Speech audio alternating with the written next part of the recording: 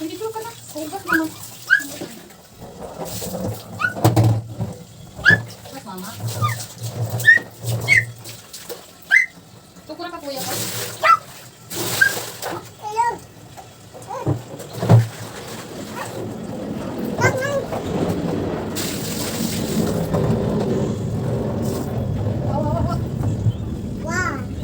Thank you.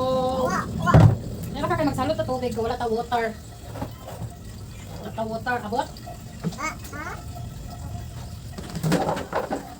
Wala ta water.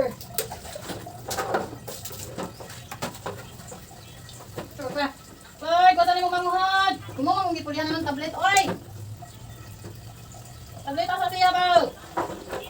Oy, di kulihan na nani mo naman.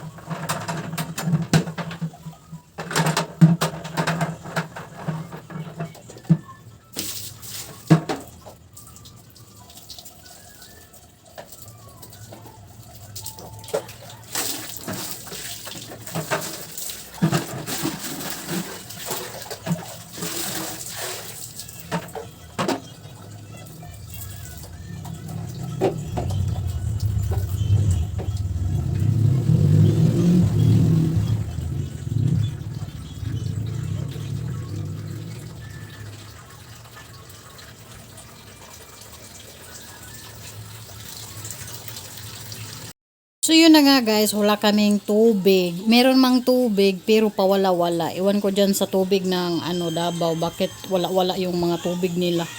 Yung supply ng tubig nila guys, pawala-wala. Yung nung nakaraang linggo, isang linggo at magdadalawang linggo kami walang tubig. So walang tubig guys, kaya ako ngayon, nag-iimbak ako ng tubig kasi pawala-wala na naman ngayon. So baka bukas wala na naman yung agas ng tubig.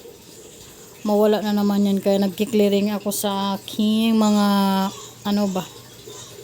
lagayan ng tubig. Nag-iimbak muna ako. Ang dami pati guys. Ang daming amigas ba? Langgam. Langgam yun sa Bisay, Tagalog yan. Kinakagat ako ng langgam. Ang daming langgam.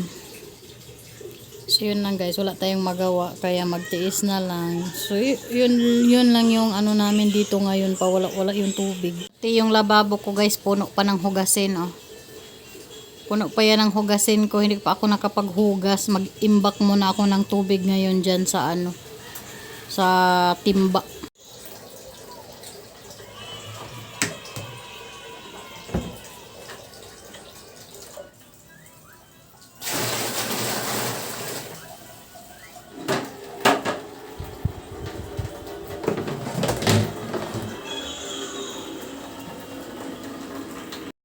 Pan talaga ngayon sa tubig dito sa amin, guys.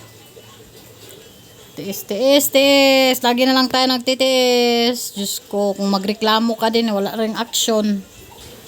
Marami daw talagang nagalit dito, guys. Mga kapitbahay ko ng mga mayayaman.